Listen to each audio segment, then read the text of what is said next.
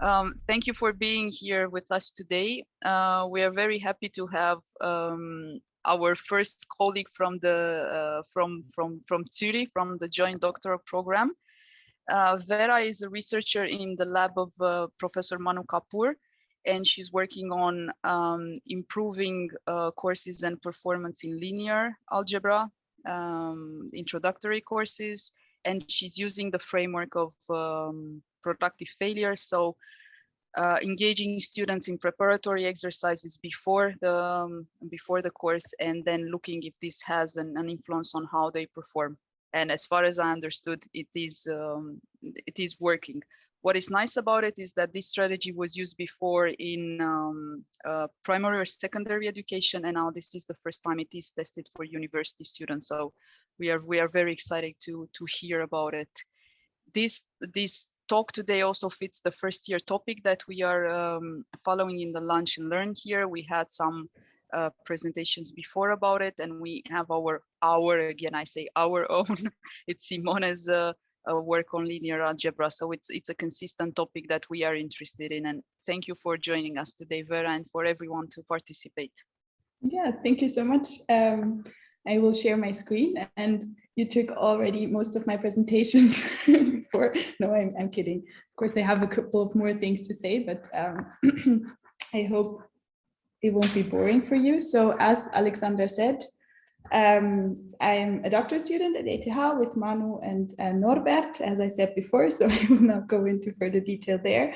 I started a couple of years ago, but I just want to present like first results of my project, and later on maybe we can talk about how I want to proceed and further things that we have planned.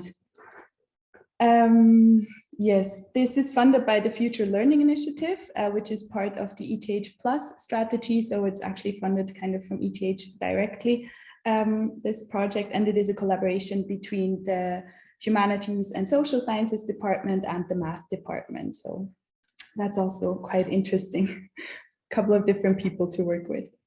Exactly. So let me just, sorry, I have to put the faces somewhere. Okay. Let me start. I want to start with a dive into, productive failure, and just quickly talk about what it is again and what it's, how it's distinguished from just problem solving before instruction. But how it came to be, we have to start at some other place, namely the traditional tell and practice instructional design that we all know and that is practiced everywhere at universities. And I think in high schools, it has started to change a little bit. Like we focus more on other teaching designs as well, but at university, it's still one of the most practiced ones. And it has a lot of support actually from research. So it has a lot of support because it's so efficient. It's very efficient if we first in an instruction can tell students what to do and then let them practice it in problem solving, and then they know all we wanted to convey, if that works. And it is also, it's been shown it's very good for like starting with a new field or a not necessarily a new concept, but maybe a new course, so just that the students get accustomed to new ways of thinking. However, around 20 years ago, Schwartz and Bransford argued that there is actually a time for telling. So we can't just let students come in from the cold and then just tell them about what we want them to know, but they need to be ready to actually construct meaning from direct instruction. So in general, to make meaning of a lecture or whatever a lecture tells them, students use their prior knowledge to connect to the new things that they're hearing. So students need to bring with them the right prior knowledge to actually make sense of the lecture. And that can be understood as kind of a transfer process where students transfer in the right prior knowledge or just relevant prior knowledge in order to make sense of the lecture, and then they can transfer out again what they've learned in the lecture. Usually also, in the tell and practice design, the instructors tend to present the material very well structured, so that it's presented in an order that makes sense to an expert and to the instructors, like seeing from hindsight.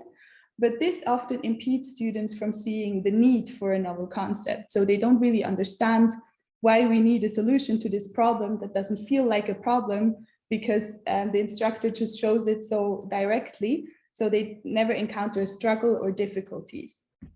So if we build struggle and difficulties into the learning process, the students are much more likely to actually understand why they need a new concept or a new idea and a new solution, and they're much more likely to retain that solution later on. So it generally has been shown that certain inventive activities before instruction phase, like problem solving or also other things like reading a text and so on, they can be successful for making students ready to actually take up what is conveyed to them in a lecture. And this is the preparation for future learning design that was branded by Schwartz and Bransford also around 20 years ago. That's where it all started. And then based on that, Manu Kapoor showed that inventive problem solving is specifically beneficial for conceptual understanding and transfer, even if students fail to find the correct solution. And this is then called productive failure. And in general, in between the two, we have the general problem solving prior to instruction. So we have like a big thing that is preparation for future learning, somehow activating prior knowledge. Then we have problem solving. And within that, a subset is actually productive failure, where we adhere to specific design principles. So in all of these, we revert the two phases. So we first have a problem solving phase or another inventive activity, and then the instruction phase. And I want to go a bit deeper into the productive failure design principles so that we can see how it's maybe distinguished from other inventive activities. So as I said, it consists of two phases, ask to tell and practice design. The first phase is the problem solving phase. And there we focus on generation and exploration of representations and solution methods for novel problems. So these are problems that the students have never seen before, and they should be created as such that they are challenging but not frustrating. So they should challenge the students enough to be to have an effective draw, but they should not frustrate them so that they give up. Furthermore, these problems should activate and differentiate prior and intuitive mathematical knowledge. So it should give the students an opportunity to do that. The intuitive mathematical knowledge part is actually also an important part, because I don't know whether you maybe know the general task that, for example, Manu Kapoor used in his studies as a problem-solving task. He used this task of soccer players, where we had 3 soccer players that over one season, or like 15 games, it was recorded how many games they scored. And then he asked the students to find the soccer player that was the most consistent over the season. And consistency is something that we have an intuitive understanding of, even if we haven't seen standard deviation or variance, like a statistical interpretation of consistency, but we kind of understand what consistency means. So this is the intuitive mathematical knowledge that he picked up on there. Then the third thing is that these problems should admit for multiple representations and solution methods, so that the students can really explore the solution space and they can use whatever they bring to class or they've learned in previous math classes to try to find a solution. But in general, they shouldn't be able to find that solution. In this phase, it's also important that the students have opportunities to actually explain their solution methods to each other and elaborate on them. So they should be also prompted to explain their solution methods. Then in the second phase, the instruction phase, it's all about consolidation and knowledge assembly. So the students are kind of all over the place because they tried a lot of different things. And then in instruction, we want to bring them together and also show them a canonical solution and help them understand why it's useful and in what cases it's useful. There, it's also important that the lecture builds on these solutions that are generated by the students. So he picks up on that and then talks about certain limits of these solutions and how they can be addressed by the canonical solution, for example. Proof that PF works, or evidence that PSI and PF works. has been collected in a recent meta-analysis by Sinha and Kapoor. There they looked generally at problem solving followed by instruction designs, and as a subset, the ones that adhere to PF design principles. So generally they found that PSI is favored over IPS, so over the traditional tell and practice design in mathematics learning. And that these effects are stronger if the PSI designs are closely implemented along productive failure design principles. So yeah, in general, it looks like we know everything and we can just use it. We know that we have to apply the PF principles and we know that it works in mathematics learning. But as Alexandra said in her introduction of me, one problem that we have, if it works, yeah, is that this has so far only been shown for mathematics on secondary level. So we don't know whether it works for more abstract and formal mathematics, and that's one question that I want to address. So does PSI also work for university mathematics? Because of course it's much more difficult to ground this in real-world experiences, because to ground linear algebra, for example, in real-world experiences, we would have to build a huge setting before we can actually address the problem. So that is a bit difficult. And the second problem that we have is that so far these quasi-experimental and controlled quasi-experimental studies and controlled experiments have been done in classrooms often, or like with people with a cohort of a classroom size. So the overall sample sizes were bigger, but like students that were instructed at a time were of a classroom size. So we had like 20 to 30 students that went through this procedure together. And of course, in a university setting, we have like these huge lecture halls that we can't really cope with the same way as we would in classrooms in high school. So the second question I want to address is how can PF principles be adapted for lectures with hundreds of students, and whether that's even possible. Yes, as I said, this is where my project comes in, but before I go into my project, I quickly want to go over why linear algebra is an interesting course to actually try that and do that.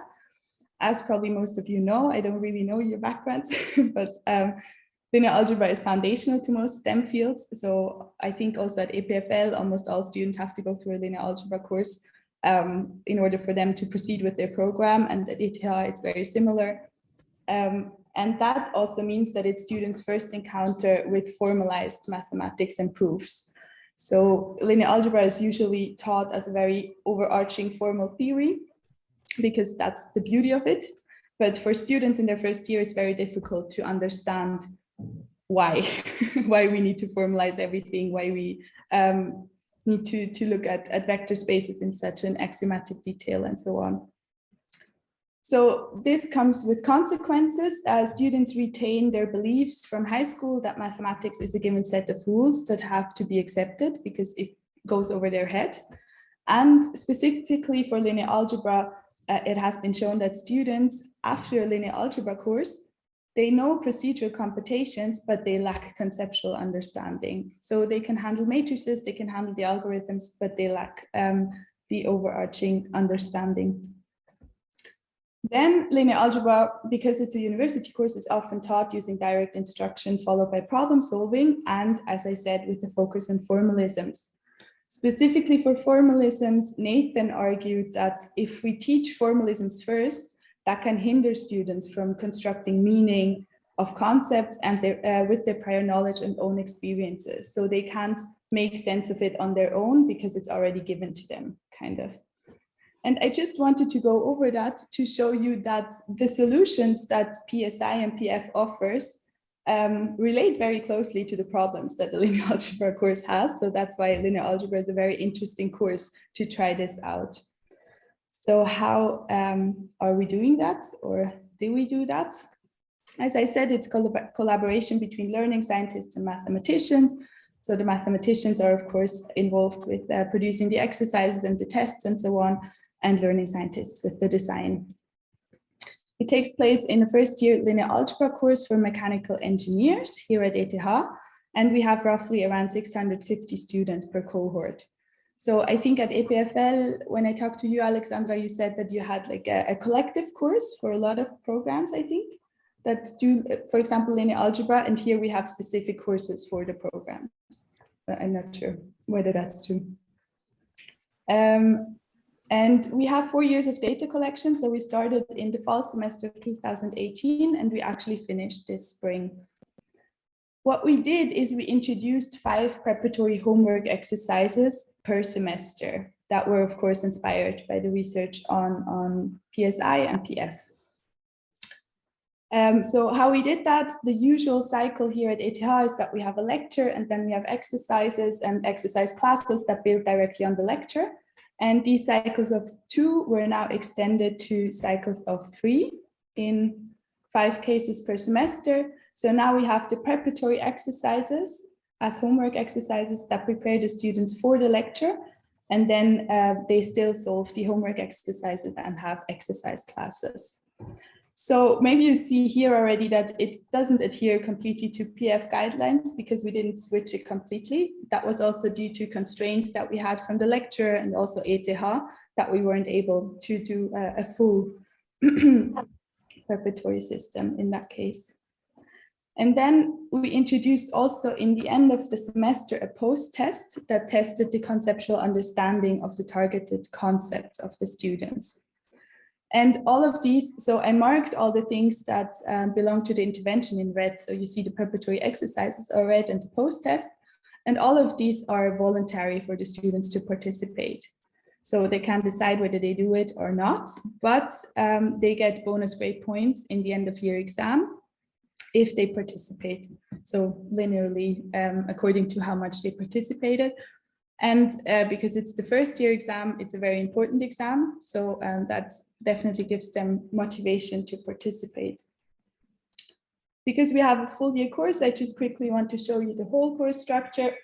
So as you can see, we don't have these preparatory exercises in front of every lecture, only 5 times a semester. And then in the end, we have the assessments on conceptual understanding.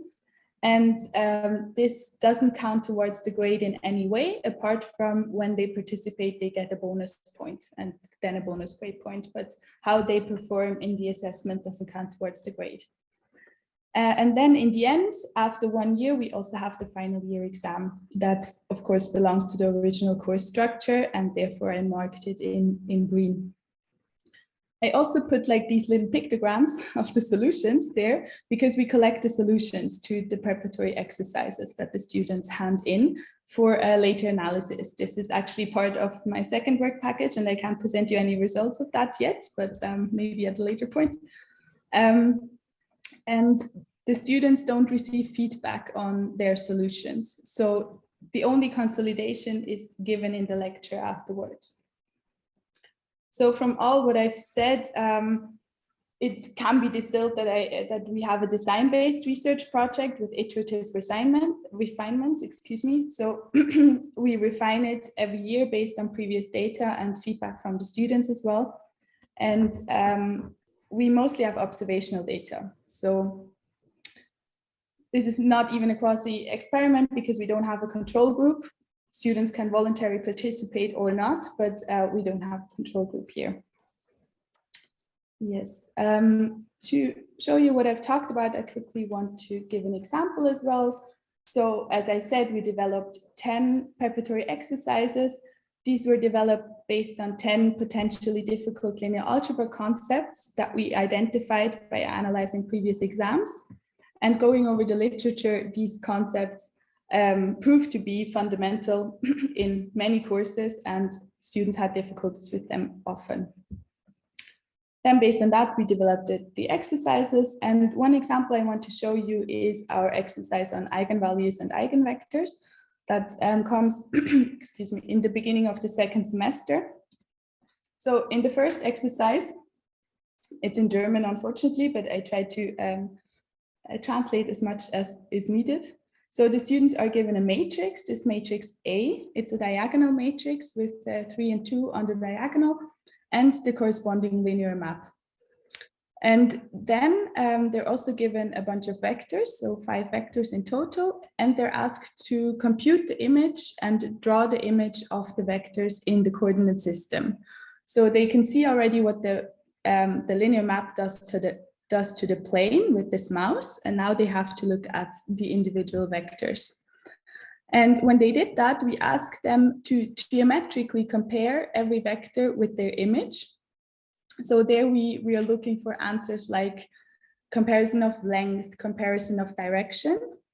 And then we want them to do it also algebraically, so to actually compute and see whether there's a relation between the vectors. And in the end, we asked them what came up, what they noticed, and so on. Because a diagonal matrix is, of course, a special case because we have the eigenvalues on the diagonal. In the second exercise, they're given a bit more complicated matrix as well, and they do the same thing, so as a contrast as well. And this is an exercise that they are given before they've ever heard of eigenvalues or eigenvectors. They've never seen a definition. They don't know what to do with them. So it's really just to activate their prior knowledge on matrices and vectors, and to let them see the specific features of how images of eigenvectors relate to the vectors themselves. Before, so this was an overview of the setting of the project. And before, I talked a lot about the productive failure design principles. And we wanted to adhere to them as closely as possible, but it wasn't possible in a lot of cases, but I quickly want to go over them again. So these are the ones that I mentioned before. I talked about them in detail. The first one is that we want the problems to be challenging but not frustrating. And this could be achieved. So we also refined them based on students and TA's feedback, and they also gave feedback to the lecturer so that the problems are actually just challenging enough and not frustrating the students.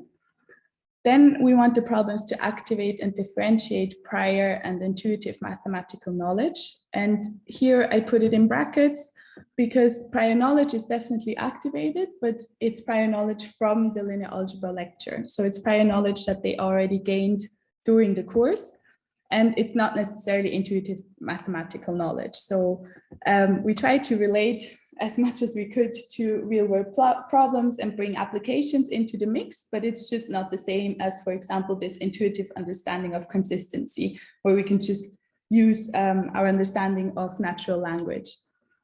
Then we want the problems to admit multiple representations and solution methods. Here I also put it in brackets because the exercises are much more guided than is usually common in productive failure designs. So maybe you saw it before, we actually asked the students to compare, and we asked them whether they notice anything and so on. And the traditional productive failure exercises were asked much more openly so that the students can just explore. And we tried to find exercises like these. It was very hard for us to find such exercises, so we tried to make them a bit more guided and just hope that the effect could still be retained. Then in the second phase, the lecture should build on solutions that are generated by students. Here, as I said, we have 650 students. It's very difficult to in time collect interesting examples and give them to the lecturer.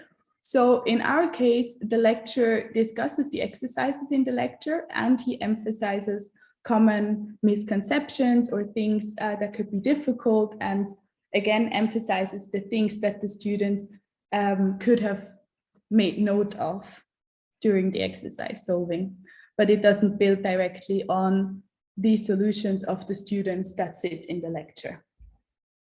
Yeah, okay, so that's pretty much the setting. I just saw that something is in the chat. Is that a question or someone? Yes, Vera, I was just wondering whether the lecturer actually sees the solutions that the students produce in the exercises they do. No, not usually. I mean, no, he doesn't look at the solutions. I mean, we discussed some certain examples, like I went over them and we discussed certain things that come up, but he doesn't look at all the exercises, for example. I hope that clarifies. Yes, thank you. Thank you. Okay, so then I want to go into the results that we have from the first and the second iteration. So we compared the exam performance in the end of year exam of this cohort with an aggregate, so with the baseline, which is an aggregate of 4 years before our intervention started. And we did that with the rationale that the lecturer has actually been teaching this course for over 10 years now, and he has a lot of experience teaching it, and he keeps his teaching materials pretty much the same. So apart from adding this extra part about the preparatory exercises in his lectures, during the intervention, he kept the teaching materials the same, and he also graded them the same. So we base it on his experience here. So what we saw in the first and the second iteration is, in the first iteration, we had an increase of exam performance of almost half a grade. It's nice to give a presentation to Swiss people and I don't have to explain our grading system from 1 to 6. So these would be the grades. With an effect size of Cohen's d of 0.38. And then in the second iteration that took place in 2019-2020, we actually have an even bigger increase when we compare it to the baseline of almost 0.75, which with an effect size of Cohen's d of 0.59. So we actually see a trend going upwards. Of course, we find again the preparatory exercises from the first to the second iteration, but also more students participated. So that could be also a cause.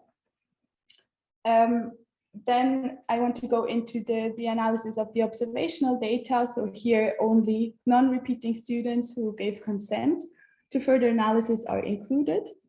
And I look at the Pearson correlation of the test performance in both of our assessments on conceptual understanding in the end of the semester and the exam with the participation in the exercises. So this is just in how many exercises they participated in.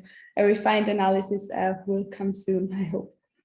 So in the first year, we see that both the assessments only correlate with a small correlation with the participation in the exercises. It is significant because we have quite a large sample size. And the exam correlated small to moderately, actually, which is astounding a bit to me, because here we have a greater amount of variance in the exam that is explained by the participation in the exercises, even though the exam is influenced by so many factors. Of course, tertium could be a reason.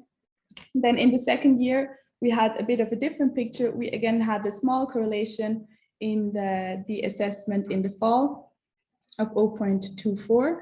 Then the post-test in the spring did not significantly correlate with the participation in the exercises, but the exam did again, with again a small to moderate correlation.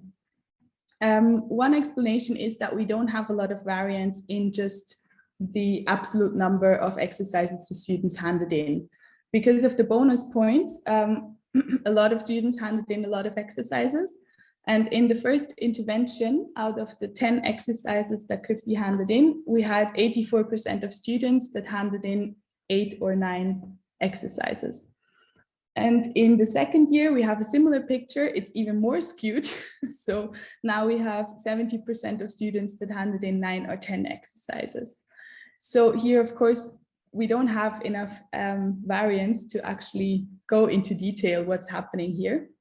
But this is actually where my second work package comes in. Unfortunately, I don't have any results yet, where we look at the solutions in more detail and look at the mechanisms that could be involved and which students solved them in which way and which students were helped by the exercises and which weren't.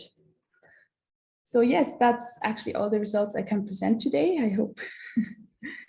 Yeah, it was interesting anyways. And I want to finish with a couple of tentative conclusions and an outlook. So what did we do? We managed to actually have a large-scale implementation of PSI, which has never been done before, for abstract and formal mathematical theory, linear algebra in this case.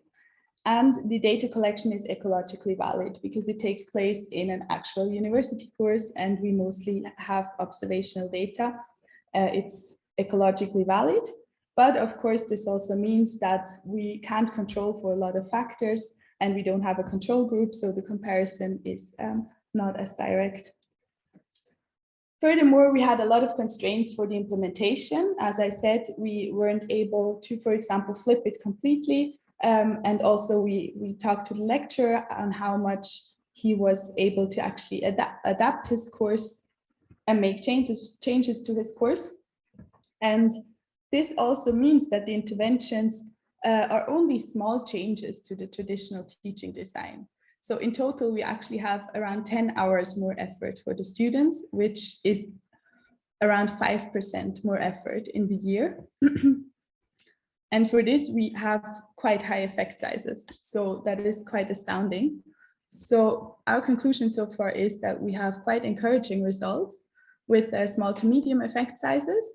And these actually align with the overall moderate effect size of HSG equals 0.36, that is comparable to Cohen's d, that was found by Sinha and Kapoor in their meta-analysis. So this was the overall effect they found for PSI designs in all of their studies they looked at in the meta-analysis. But of course, it's lower than studies that aligned more with the productive failure design principles. But we saw that we are actually able to adapt productive failure teaching design principles for higher mathematics in a way. We weren't able to adhere to them fully, but we tried to follow them as closely as we could. So what I want to do now, and what's the further parts of my doctoral project, is I want to go into why it works. So I want to investigate the learning mechanisms, and by that also investigate in more detail what happened. So why did the students get better with these exercises? And then I want to look at whether it transfers. So because we give this lecture for mechanical engineering students, it's very interesting to me whether they in their field of studies and later field of work actually profit from enhancing conceptual understanding of linear algebra. Maybe they only need procedural knowledge. I mean, that could be the case. So I want to investigate that. And with this, I'm at the end. I actually don't know the time. Well, maybe I was a bit long. I'm very sorry about that. But here are my collaborators as well. And I want to thank you for your attention. Thank you again, Vera, for doing this and for everyone to participate with us. We'll share the recording, and I wish you a lot of success with this. I think it's gonna be a great intervention in to explain further what you found out. And I hope you can join us at a later moment to share more of your results. Yeah, that'd be great. I'd enjoy that a lot. Thank you so much for having me. Thank you.